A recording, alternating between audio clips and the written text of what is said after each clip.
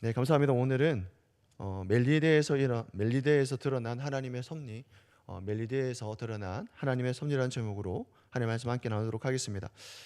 오늘 본문은 사도행전 23장 11절에서 사도 바울이 내가 예루살렘에서 나의 일을 증언한 것 같이 로마에서도 증언하여야 하리라라고 하는 그 말씀을 받고 로마로 향하고 있는 그런 마지막 여정 가운데 있는 본문이죠.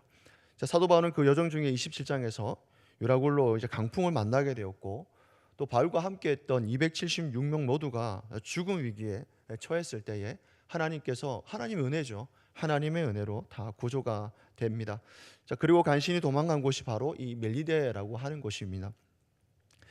그리고 후에 로마에 도착하게 되는 과정을 다루는 오늘 본문 전체의 내용이라 할 수 있어요.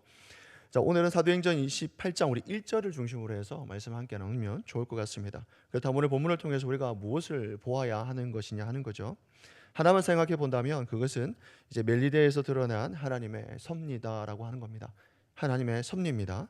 자, 하나님의 섭리는 인간의 계획과 상관없이 일어나게 된다라고 하는 것이죠.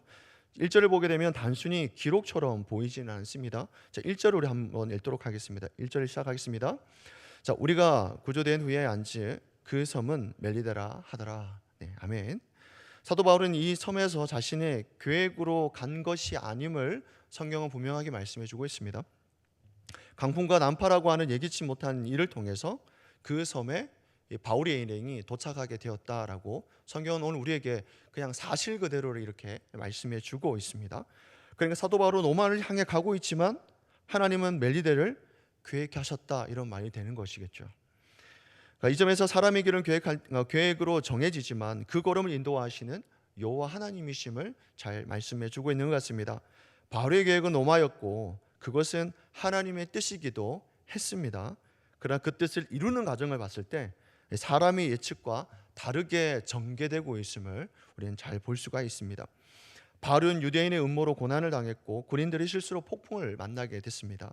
그리고 배는 산산이 부서졌게 됐죠.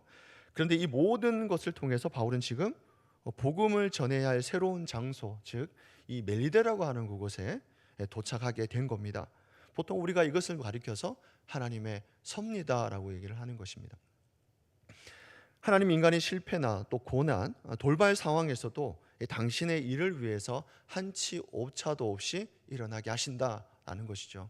이것은 인간의 계획이나 인간의 가지고 있는 그것을 뛰어넘는 것이다라고 보는 겁니다.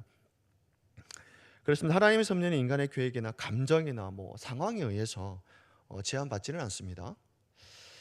하나님 자신의 말씀대로 때로는 광풍을 통해서라도 복음이 필요한 그곳에 전하게 하신다라고 하는 겁니다.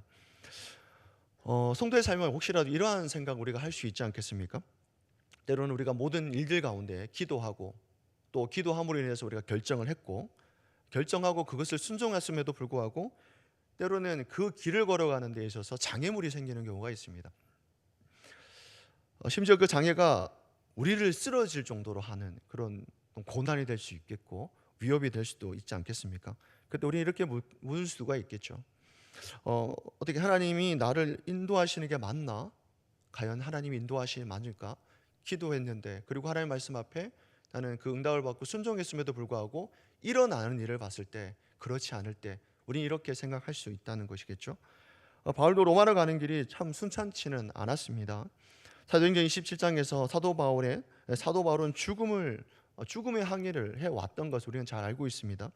거친 풍랑이나 배의 파선이나 육지로의 탈출까지, 그리고 오늘 본문 28장에 이르러 거의 이제 그런 과정을 다 거치고 나서야 땅에 딱 도착하지 않겠습니까? 근데 그러고 나서도 그 여정은 아직 끝나지 않음을 우리는 알 수 있습니다. 그러나 성경이 이 사실을 두고 실패라고 말하지는 않습니다. 과정으로 보고 있는 것이겠죠. 과정입니다. 오히려 그 실패 자리에서 하나님의 섭리가 드러난다는 것을 알려주고 있습니다.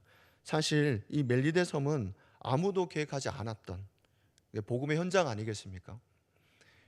도착하면 안 되는, 어찌 보면 사람의 입장에서는 도착하면 안 되는 그런 곳이지만, 그러니까 하나님 입장에서는 이 멜리데 섬은 사람이 아무도 계획하지 않았던 곳이지만 복음의 현장이 되는 것이죠. 무명한 땅. 그러나 그곳에 복음을 들어야 할 이들이 있었다라고 하는 겁니다. 그렇습니다. 섭리는 하나님의 직접적으로 개입하는 것이 아니라 우연처럼 보이는 사건 안에서 하나님의 목적이 성취된다라고 하는 것을 뜻합니다. 웨스트민스터 신앙고백서 5장 1항을 보게 되면 이렇게 정의를 하고 있습니다. 하나님께서는 지극히 거룩하고 지혜롭고 능력이 있는 섭리로 모든 피조물을 보호하시며 그것을 다스리신다. 보호하시고 다스리신다. 이것을 두고 섭리다라고 하는 것이죠.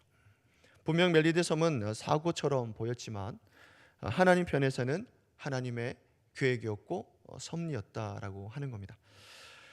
지금 우리가 있는 그 자리는 원래 내가 가고 싶었던 자리가 아닐 수도 있습니다. 그러나 하나님 편에서는 그것 또한 노마를 향한 여정과 같이 우리의 인생에서도 하나님 편에서는 하나님의 섭리고 우리 인생에 필요한 순간이다라고 하는 것이죠. 이런 말이 있습니다. 믿음이란 현재 일어난 사실을 해석할 수 있는 영적 시력이다. 믿음이란 현재 일어난 사실을 해석할 수 있는 영적 시력이다.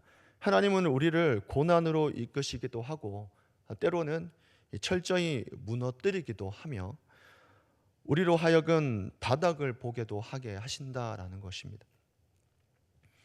그러나 우리가 믿음으로 그 상황을 볼 수만 있다면, 우리가 일어나는 모든 상황들을 그 믿음으로 그 상황을 볼 수만 있다면, 그 시야를 가진다면 성도의 삶 가운데 어떠한 고난도 담담히 받아들일 수 있다라고 하는 것이죠.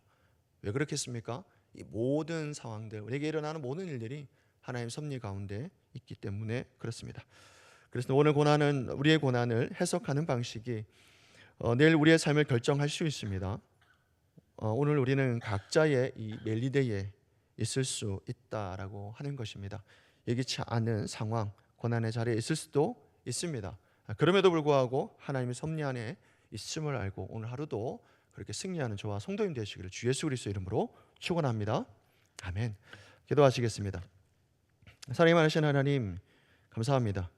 오늘도 하나님 섭리 가운데 이 자리에 있음을 고백합니다. 우리가 원했던 길이 아니었고 우리가 계획했던 여정은 아니었지만 하나님께서 이끄신 자리임을 믿습니다.